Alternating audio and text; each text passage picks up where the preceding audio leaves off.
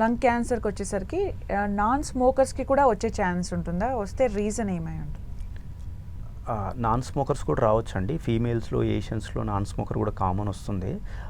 Non స్మోకర్స్లో రావడం ఒకటి మనకు ఎయిర్ పొల్యూషన్ వల్ల ఉంటుంది, లేదంటే indoor outdoor air pollution, cooking వల్ల ఎక్స్పోజ్ అవుతారు. కొంతమంది ఓల్డెన్ డేస్లో వంట చెరుకు కాల్చడం జరిగేది, ఆ వంట చెరుకు ఎక్స్పోజ్ అవడం వల్ల వస్తుంది. కొంతమంది జెనెటిక్ మ్యూటేషన్స్ వల్ల కూడా వస్తుంది. కొద్దిమందికి ఫ్యామిలీ హిస్టరీ ఉంటుంది, వాళ్ళ ద్వారా కూడా మనకి ఎక్కువ నాన్ స్మోకర్స్ ఫీమేల్స్లో కూడా వస్తుంది కామన్గా. స్మోకర్స్కి మనం సోషల్ మీడియాలో చూస్తూ ఉంటాం, వాటర్ మిలాన్ జ్యూస్ తాగండి మంచిది మంచిది అని చెప్తుంటాం. నిజంగా అంత క్యూరబుల్ అండి అది? మనకు అంటే అలా అయితే సైంటిఫిక్ ఎవిడెన్స్ ఏం లేదండి, వాటర్ మిలాన్ జ్యూస్ తాగితే స్మోకర్స్కి మంచిది అని అలా అయితే ఏం లేదు ఎవిడెన్స్. ఓకే, రెగ్యులర్గా ఒక హెల్దీ బాడీ లంగ్స్కి సంబంధించి హెల్దీగా పెట్టుకోవాలంటే ఏం చేస్తుండాలి నార్మల్ ఎక్సర్సైజ్తో పాటు?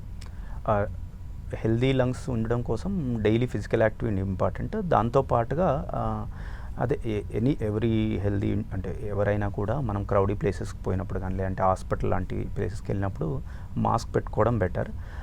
ఆల్రెడీ యంగ్ వాళ్ళు కానీ, లేదంటే ఎవరైనా హై రిస్క్ ఇండివిజువల్స్ ఉన్న డయాబెటిక్ వాళ్ళు కానీ, లేదంటే హార్ట్ కిడ్నీ ఇష్యూస్ ఉన్న వాళ్ళు కానీ, లేదంటే ఏమైనా ఇమ్యూనిటీ లోవర్ అయ్యే మెడిసిన్ వాడే వాళ్ళు కానీ, వ్యాక్సినేషన్స్ ఉంటాయి మనకి. ఆ వ్యాక్సినేషన్స్ తీసుకోవడం ద్వారా కూడా మనము కొత్త ఇన్ఫెక్షన్స్ రాకుండా కాపాడుకోవచ్చు, వచ్చిన వాటి తీవ్రత అంతలా ఉండకుండా మనం చూసుకోవచ్చు. ఎవరైతే రొటీన్ లంగ్ మెడిసిన్స్ వాడతారో, ఇన్హేలర్స్ వాడతారో వాళ్ళు, అంటే మనం సొంతంగా చాలామంది ఇన్హేలర్ పెట్టగానే బాగా అంటే సిమ్టమ్స్ ఇంప్రూవ్ కాగానే వెంటనే స్టాప్ చేస్తారు. అలా కాకుండా మీ డాక్టర్స్ దగ్గరికి వెళ్ళి రొటీన్ ఫాలోఅప్లో ఉండి ఆ ఇన్హేలర్స్ తగ్గించుకోవడం ద్వారా మనకు సడన్గా ఏమైనా ట్రిగ్గర్ ఎక్స్పోజ్ అయినప్పుడు తీవ్రత పెరిగి హాస్పిటల్లో అడ్మిట్ కాకుండా మనం ప్రివెంట్ చేసుకోవచ్చు. So routine exercise, routine medications, vaccines, వీటి ద్వారా మనం లంగ్ హెల్త్ను కాపాడుకోవచ్చు.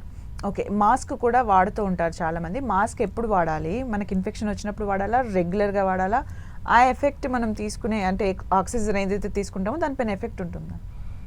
అంటే జనరల్గా మనం మాస్క్ అంటే ఎవరైనా కూడా ఈ క్రౌడీ ప్లేసెస్కి వెళ్ళినప్పుడు, హాస్పిటల్ లాంటి ఏరియాస్కి వెళ్ళినప్పుడు, లేదంటే షాపింగ్ మాల్స్ అట్లా వెళ్ళినప్పుడు పెట్టుకోవడం, అంటే ఎవరు ఈవెన్ వితౌట్ కోమాబ్స్ యంగ్ వాళ్ళు కూడా పెట్టుకోవడం మంచిదే. బట్ ఎవరైతే హెల్త్ ఇష్యూస్ ఉంటాయో, అంటే ఆల్రెడీ ఇమ్యూనిటీ లోవర్ అయ్యే మెడిసిన్ వేసుకునే వాళ్ళు కానీ, రొమటాలజీ ప్రాబ్లం ఉన్న వాళ్ళు కానీ, డయాబెటీస్, హార్ట్ కిడ్నీ ప్రాబ్లం వాళ్ళు కానీ డెఫినెట్గా పెట్టుకోవడం మంచిది. అండ్ మాస్క్ పెట్టుకోవడం వల్ల మనకు కొత్త ఇన్ఫెక్షన్స్ రాకుండా మనం కాపాడుకోవచ్చు.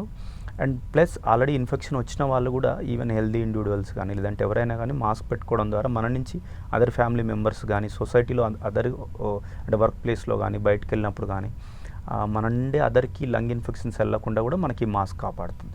ఇన్హేల్ ఎగ్జేల్ చేస్తూ ఉంటాం కదా, మాస్క్ పెట్టుకున్నప్పుడు ఏమైనా ఫంక్షనింగ్ పైన ఎఫెక్ట్ ఉంటుందా? అంటే ఇప్పటికైతే పెద్ద మనకు అట్లా ఎవిడెన్స్ ఏం లేదు. బట్ లాంగ్ టర్మ్ అంటే మనకు లాంగ్ టర్మ్ పెట్టుకోవడం వల్ల మేబీ లంగ్ కెపాసిటీ కొద్దిగా తగ్గే ఛాన్స్ ఉండొచ్చు.